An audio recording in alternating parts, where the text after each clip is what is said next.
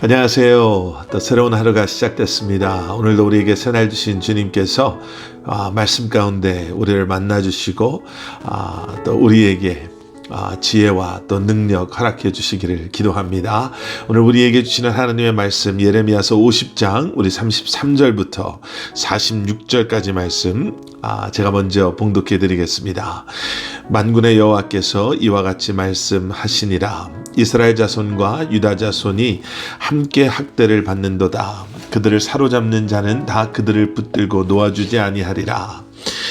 그들의 구원자는 강하니 그의 이름은 만군의 여호와라. 반드시 그들 때문에 싸우시리니 그 땅에 평안함을 주고 바벨론 주민은 불안하게 하리라. 여호와의 말씀이니라. 칼이 갈대아인의 위에와 바벨론 주민의 위에와 그 고관들과 지혜로운 자의 위에 떨어지리라. 칼이 자랑하는 자의 위에 떨어지리니 그들이 어리석게 될 것이며 칼이 용사의 위에 떨어지리니 그들이 놀랄 것이며 칼이 그들의 말들과 병거들과 그들 중에 있는 여러 민족의 위에 떨어지리니 그들이 여인들같이 될 것이며 칼이 보물 위에 떨어지리니 그것이 약탈되리라. 가뭄이 물 위에 내리어 그것을 말리리니 이는 그 땅이 조각한 신상의 땅이요 그들은 무서운 것을 보고 실성하였음이니라.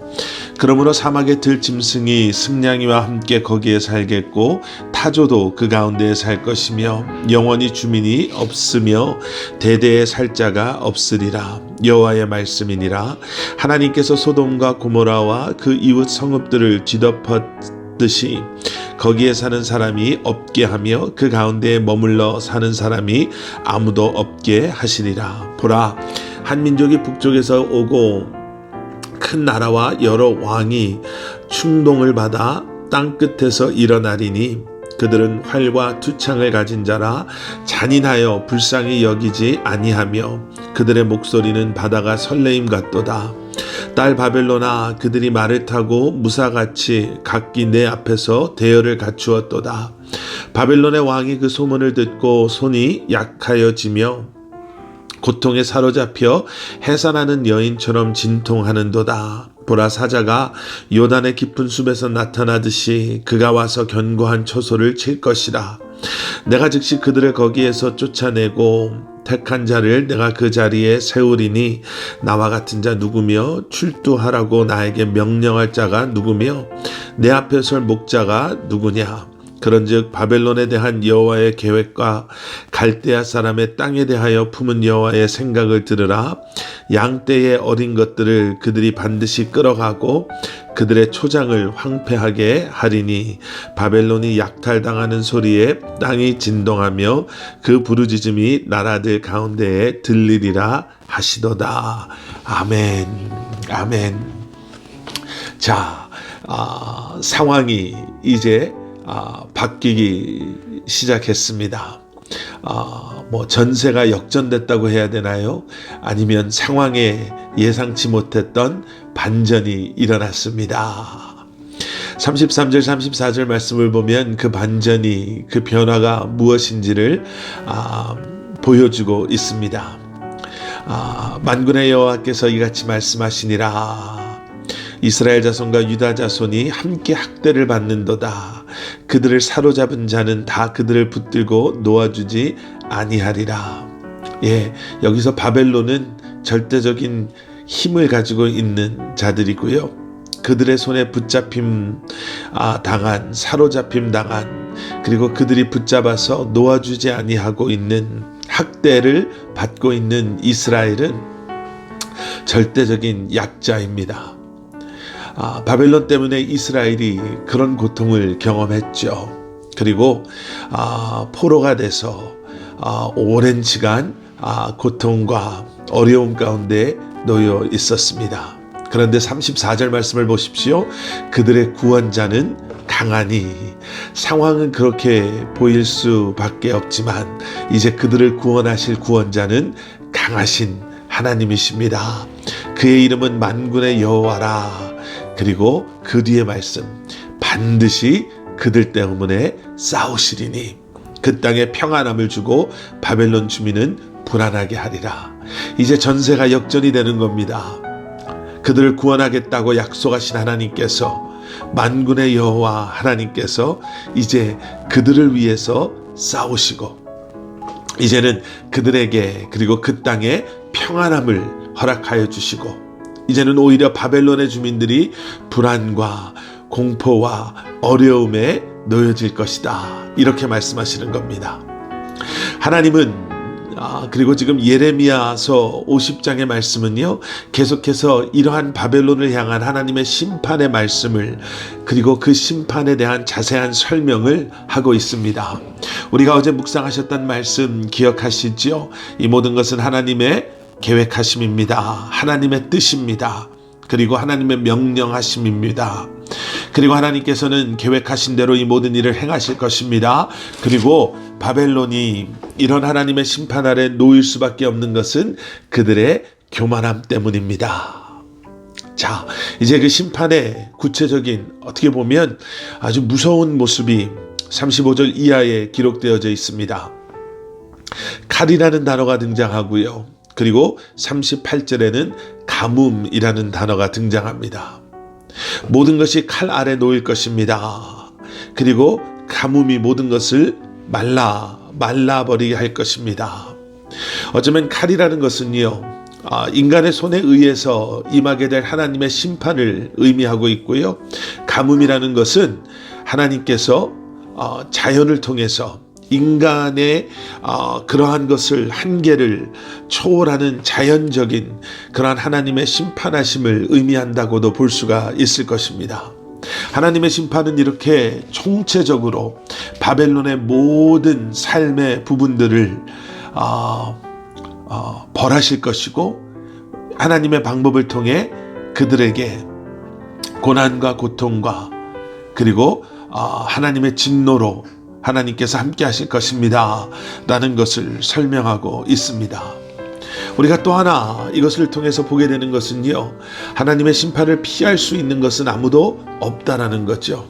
하나님의 심판은 그 누구도 비껴갈 수 없습니다. 그것이 하나님의 심판입니다. 그래서 교만함이 이렇게 무서운 것입니다. 죄가 이렇게 무서운 것입니다.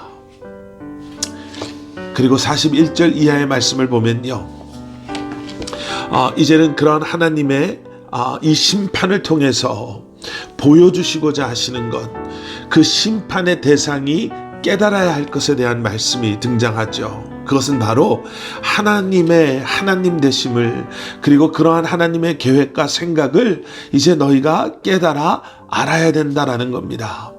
41절 이하의 말씀 보십시오. 보라, 한 민족이 북쪽에서 오고 큰 나라와 여러 왕이 충동을 받아 땅끝에서 일어나리니, 그리고 결국 그들을 통해서 바벨론이 그 무시무시한 심판, 하나님의 진노를 경험하게 되는 것이죠. 여기서 말하는 북쪽에서 오는 큰 나라와 여러 왕들은 우리가 이미 본 것처럼 메대와 바사의 연합군을 의미할 것입니다. 그런데 그 뒤에 뭐라고 나오냐면요, 이 큰 나라와 여러 왕이 충동을 받아 땅끝에서 일어날 것이다. 여기서 말하는 충동은 그저 감정적인 욱하는, 아니면 순간적인 그러한 생각이 아니라 하나님께서 하나님의 계획 가운데 그들의 마음을 움직이셔서 이제 그들을 통해 이제 바벨론을 심판하시겠다라고 말씀하시는 거죠. 또 더 내려가서요, 44절 뒷부분을 보면 이런 말씀이 있습니다. 나와 같은 자가 누구냐? 출두하라고 나에게 명령할 자가 누구냐? 내 앞에 설 목자가 누구냐? 아무도, 역사를 주관하시는 하나님, 하나님의 계획 가운데 모든 섭리를 이루시는 그러한 하나님을 이렇게 해라 저렇게 해라 라고 말할 자가 없다라는 거죠. 하나님께 명령할 자가 없다라는 거예요. 하나님 앞에 설 수 있는 사람이 없다라는 거예요. 왜요? 역사의 주관자는 하나님이시기 때문에 모든 것을 다스리시고 통치하시고 하나님의 계획대로 그것을 이루시는 분은 하나님 한 분밖에 없으시기 때문에 우리로 하여금 이제는 이 모든 것을 통해 하나님이 누구신지를 깨달아 알아라. 역사를 주관하시고 그 계획하신 대로 모든 일들을 이루시는 하나님. 그래서 이러한 우리의 교만함이, 이러한 우리의 죄가 반복되지 않도록 다시 한번 우리가 주님 앞에 나아가야 될 줄 믿습니다. 하나님은 우리를 위해 싸우시는 하나님이십니다. 우리의 구원자는 강하신 하나님이십니다. 우리의 삶을 책임지시는 주님은 죄와 사망을 이기신, 그리고 이제는 부활의 구주로 우리와 함께 하시고 다시 오셔서 이 땅 모든 것을 다스리실, 온 우주 만물을 창조하신 그러한 크고 놀라운 하나님이십니다. 다시 한번 그러한 주님이 우리를 위해 싸우시고 우리를 평안함으로, 그리고 우리를 주님이 허락하시는 그 땅으로 인도하심을 기억하시고 다시 한번 우리의 삶을 주님 앞에 맡겨드릴 수 있는 저와 여러분들 되시기를 주님의 이름으로 간절히 축원합니다. 함께 기도하시겠습니다. 사랑의 아버지 하나님, 감사합니다. 우리를 위해 싸우시고 우리를 위해 일하시고 우리를 도우시고 우리를 보호하시고 우리를 통해 역사하시는 주님, 다시 한번 아버지 하나님, 교만한 자리에 서지 않게 하시고 겸손한 믿음으로 주님 앞에 우리의 삶의 모든 것을 신뢰하고 의지하고 맡김으로 말미암아 우리를 통해 일하시는 주님을 기대하고 우리로 하여금 그러한 주님을 보게 하여 주시옵소서. 한 주간을 이제 마무리하는 이때에 다시 한번 주님, 우리의 삶을 돌아보고 다시 한번 우리의 삶을 주님 앞에 올려드리며 내 삶의 주인이 주님이심을 고백하며 이 한날도 주님과 함께 동행하며 승리하는 저희 한 사람 한 사람 되게 하여 주시옵소서. 감사드리오며 예수 그리스도 이름 받들어 간절히 기도드렸사옵나이다. 아멘. 아멘.